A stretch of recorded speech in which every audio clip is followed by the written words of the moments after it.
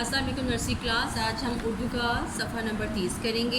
आज हम जीम का ख़ानदान सीखेंगे लिखना। जीम के ख़ानदान में 4 लोग रहते हैं। नंबर 1 जीम, नंबर 2 चे, नंबर 3 हे, नंबर 4 खे। जीम कैसे लिखते हैं? आप थोड़ा सा यहाँ पे स्टैंडिंग लाइन राइट करें, इसके बाद आप स्लिपिंग और फिर एक सेमी सर्कल बड़ा सा ड्रॉ कर दें, मीन्स इसका पेट बना दें। और इसके पेट में एक नुक्ता होता है। जीम के पेट में कितने नुक्ते होते हैं? एक।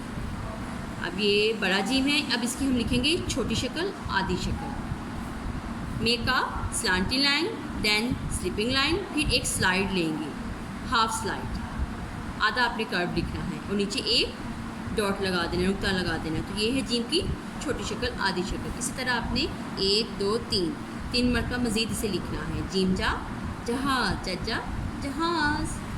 नेक्स्ट इज़ चे भी हम जीम की तरह लिखेंगे, लेकिन इसके नुक्तों का फ़र्क है। चे के पेट में 1 2 3 नुक्ते होते हैं। चेचा चिड़िया, चचा चिड़िया, ये चे की आधी शक्ल है। इसको भी इसी तरह लिखना है आपने, और इसके नीचे 1 2 3 नुक्ते लगाना है। नंबर 3 जो जीम के ख़ानदान का फ़र्द है वो है हे के ना तो पेट में कोई नुक्ता होता है, ना ही इसके सर के ऊपर कोई नुक्ता होता है। इसकी शक्ल जीम की तरह ही होती है। फ़र्क है कि हमने इसका कोई नुक्ता नहीं लगाना है।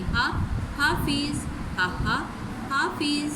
और आखिरी जो फ़र्द है जीम के ख़ानदान का वो है खे भी हम जीम की तरह लिखेंगे, लेकिन इसके सर के ऊपर, साथ मिलाना नहीं है, थोड़ा सा सर से ऊपर एक नुक्ता लगाना है।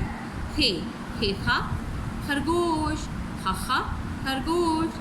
ये खे की आधी शक्ल है। आपने इस तरह इसको पेंसिल से लिखना है और ऊपर एक नुक्ता लगाना है, और इसके बाद आपने तस्वीर के अंदर रंग भरना है। जैसे मैं खरगोश के अंदर ये गुलाबी रंग भर रही हूँ, इसी तरह आपने बाकी तस्वीर में भी प्यारा प्यारा रंग भरना है।